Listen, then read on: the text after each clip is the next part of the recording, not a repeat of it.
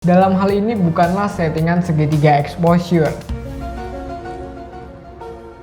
Tapi saya sangat berterima kasih dengan laptop ini karena dengan laptop ini saya bisa belajar ngedit.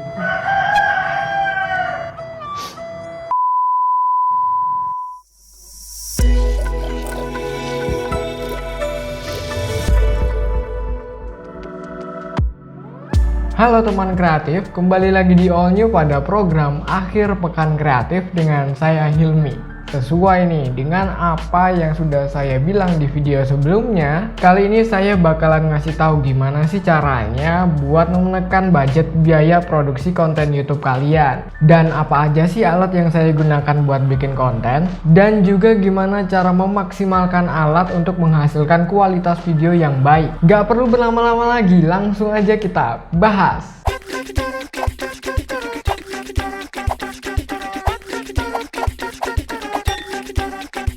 Kalau kalian pernah belajar untuk membuat suatu karya video ataupun film, pasti kalian udah nggak asing mendengar dengan proses praproduksi, produksi, dan juga pasca produksi. Dalam membuat konten YouTube, biasanya saya juga melalui ketiga proses tersebut. Praproduksi merupakan tahapan di mana dilakukan persiapan untuk membuat kontenmu. Kalau misalnya kamu lagi bikin film, biasanya tahapan ini adalah di mana proses penulisan naskah dilakukan, pemilihan jadwal syuting, memilih pemeran, dan lain-lain dilakukan. Tapi karena video yang saya bahas untuk konten YouTube saya biasanya terbilang cukup ringan, makanya saya biasanya hanya mengerjakan skrip aja. Misalnya, jika konten yang saya bahas adalah review, saya mencari sumber informasi dan riset tentang barang apa yang akan saya review. Tujuannya agar review yang dilakukan itu tidak berbelit informasinya, terarah dan juga valid. Dan biasanya dalam review saya juga mencari perbandingan dari reviewer lain, mengamati kekurangan mereka, kelebihan mereka, sehingga review yang saya kerjakan bisa lebih lengkap informasinya. Kemudian tahapan produksi, di mana perencanaan sebelumnya yang udah dikerjakan mulai dieksekusi. Dalam hal ini juga termasuk pengambilan gambar video dan juga pengambilan suara. Karena ini merupakan pembuatan video untuk program Akhir Pekan Kreatif, maka saya akan kasih tahu sejujur-jujurnya alat apa yang saya gunakan untuk membuat video pada konten YouTube saya. Untuk pengambilan gambar biasanya saya menggunakan kamera Canon 1200D. Dan ini merupakan kamera entry level dari Canon. Ya karena saya cuman punya itu, jadi ya gimana lagi. Oke lanjut, kemudian pemilihan lensa. Saya menggunakan lensa Canon 50mm f1.8 STM. Loh kenapa sih saya nggak pakai lensa jadul aja, bahkan ada yang f-nya sampai 1.4? Karena kamera murah itu biasanya kualitas videonya itu nggak terlalu tajam dibandingkan seri-seri profesional. Makanya saya memilih untuk menggunakan lensa Canon 50mm f1.8 STM ini. Karena warna yang dihasilkan itu juga sangat netral dan juga lumayan tajam sih kalau menurut saya. Kalau kalian penasaran dengan review lensanya, silahkan klik di atas ya. Terus juga settingan white balance di kamera. Karena nggak ada settingan suhu atau Kelvin, jadi kita harus lebih cermat dalam memilih menggunakan lensa apa. Ya kalian harus kondisional aja sih, karena tiap lensa memiliki karakter warna yang berbeda-beda.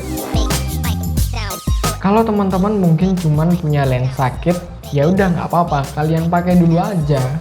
Buat awalan kalian manfaatkan dengan sebaik-baiknya.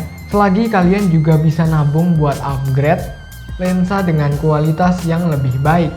Tapi nih ya, kalau kalian cuman punya kamera handphone, itu juga bisa kok kalian manfaatkan. Video sebelum-sebelumnya yang saya upload ke YouTube, ada beberapa footage dari HP juga kok. Sebelumnya saya menggunakan HP iPhone 5. Nah, kenapa sih walaupun ponsel ini jadul tapi tetap saya gunakan? Walaupun saya punya HP Android yang notabene-nya mungkin lebih canggih dan juga lebih baru teknologinya daripada iPhone saya yang ini. Tapi ini opini pribadi sih ya. Menurut saya kamera iPhone itu lebih baik daripada HP Android yang saya gunakan saat ini. Walaupun secara teknologi yang Android lebih baru, tapi sekali lagi saya tekankan kalau ini adalah opini pribadi saya. Jadi sisanya terserah kalian dalam memanfaatkan alat. Soalnya HP saya yang Android kentang. Dan juga nih, kalau kalian menggunakan handphone, jangan lupa untuk memikirkan faktor pencahayaan. Carilah ruangan dengan pencahayaan sebaik-baiknya. Kalian bisa menggunakan pencahayaan natural seperti jendela, ataupun kalian juga bisa menggunakan pencahayaan tambahan. Kalau kalian punya ring light juga bisa kok kalian manfaatkan. Setelah memilih kamera dan lensa, jangan lupa untuk memasang memory cardnya juga. Biasanya saya menggunakan SanDisk Extreme 32GB. Ya karena kamera entry level dipasangin dengan memori yang ekstrim ya udah cukup kan? Tapi tahu nggak sih kalian kalau tidak semua kartu memori itu atau SD card bisa digunakan dan kuat digunakan untuk merekam.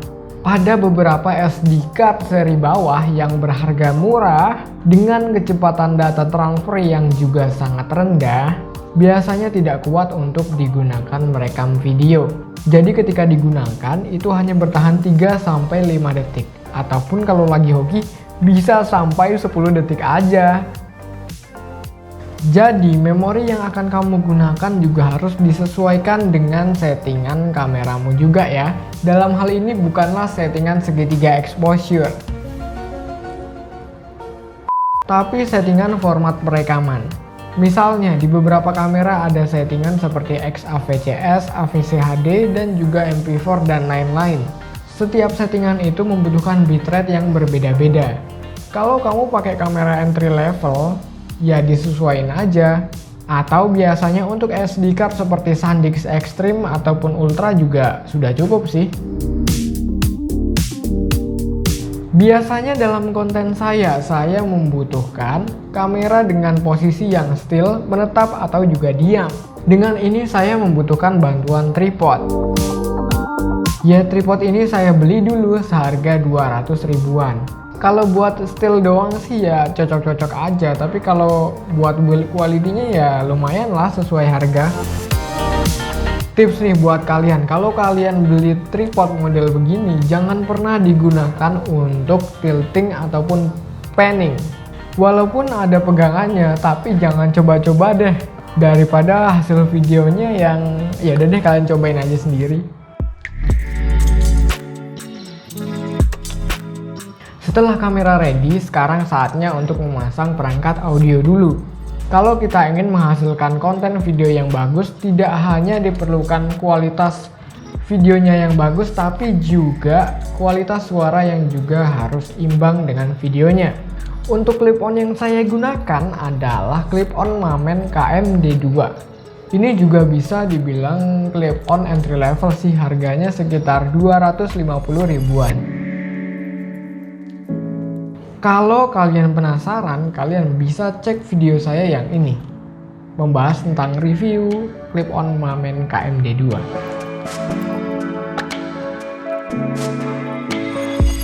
Jangan lupa buat masang clip-onnya yang rapi dan juga biar nggak terlalu kelihatan mengganggu di kamera.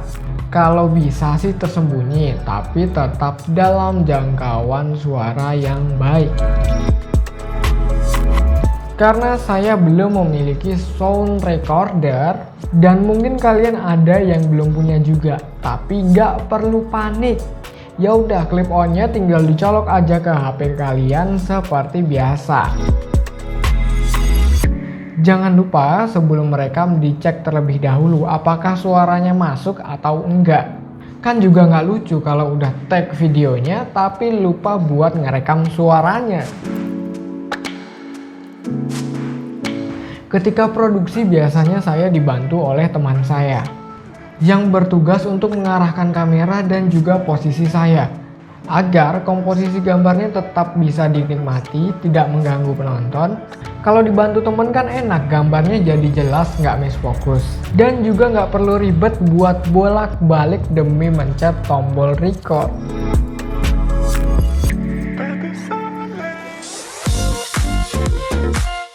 Setelah tahapan produksi dilakukan, tahapan selanjutnya adalah pasca produksi, di mana tahapan ini seperti pengeditan video, pemberian efek maupun transisi, koreksi warna, pengolahan suara, dan pemberian musik dan lain-lain dikerjakan.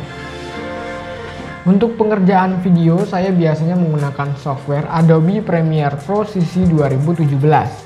Menurut saya, karena saya juga udah terbiasa menggunakan software Adobe Premiere ini, untuk mempelajari basicnya juga bisa dibilang cukup mudah. Bahkan kalau saya disuruh pakai Filmora Go ataupun Windows Movie Maker, malah saya bakalan bingung karena nggak ngerti tombol-tombolnya. Atau mungkin bisa tapi harus penyesuaian ulang dulu kali ya.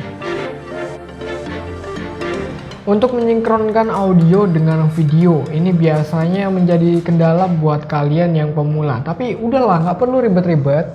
Udahlah, nggak perlu bingung. Zaman sekarang itu udah canggih. Banyak software yang menyediakan fitur untuk auto sync.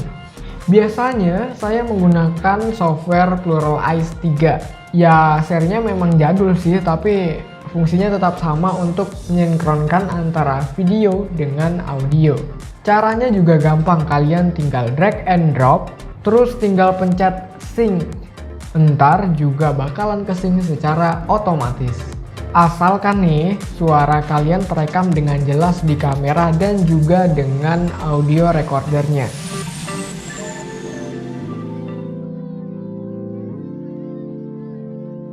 Untuk pengolahan audio, terutama suara, saya biasanya menggunakan Adobe Premiere juga untuk mengolahnya. Biar langsung aja sih karena keterbatasan spesifikasi laptop dan umur laptop yang udah menginjak umur ke 4 tahun. Jadi ya kadang kalau dibuat ngedit suka ngambek sih. Jadi harus banyak dibujuk lah. Untuk pemilihan musik, saya biasanya menggunakan YouTube Music Library. Ya itulah perpustakaan musik dari YouTube. Jadi YouTube memberikan lisensi musik yang bisa digunakan di YouTube secara gratis dan nggak kena copyright oleh pihak lain. Caranya tinggal buka aja YouTube Creator Studio, terus pilih Music Library dan juga tinggal download aja. Oh ya, perangkat yang buat saya ngedit ini adalah Asus seri X455L. Walaupun umurnya udah menginjak 4 tahun, tapi ya lumayan sih buat diajak kerja berat. Walaupun kadang ngambek dan juga not responding. Tapi saya sangat berterima kasih dengan laptop ini karena dengan laptop ini saya bisa belajar ngedit. Spesifikasi laptopnya menggunakan prosesor Intel Core i5, 4GB RAM, dengan kartu grafis Nvidia GeForce 930M dan harddisk internal 500GB. Dan untuk menekan budget penyimpanan file, karena saya sering kepenuhan file, jadi saya menggunakan docking Orico ini buat bisa mengakses harddisk saya menjadi harddisk eksternal. Kalau kalian penasaran dengan docking Orico ini, silahkan pencet tulisan di atas ya.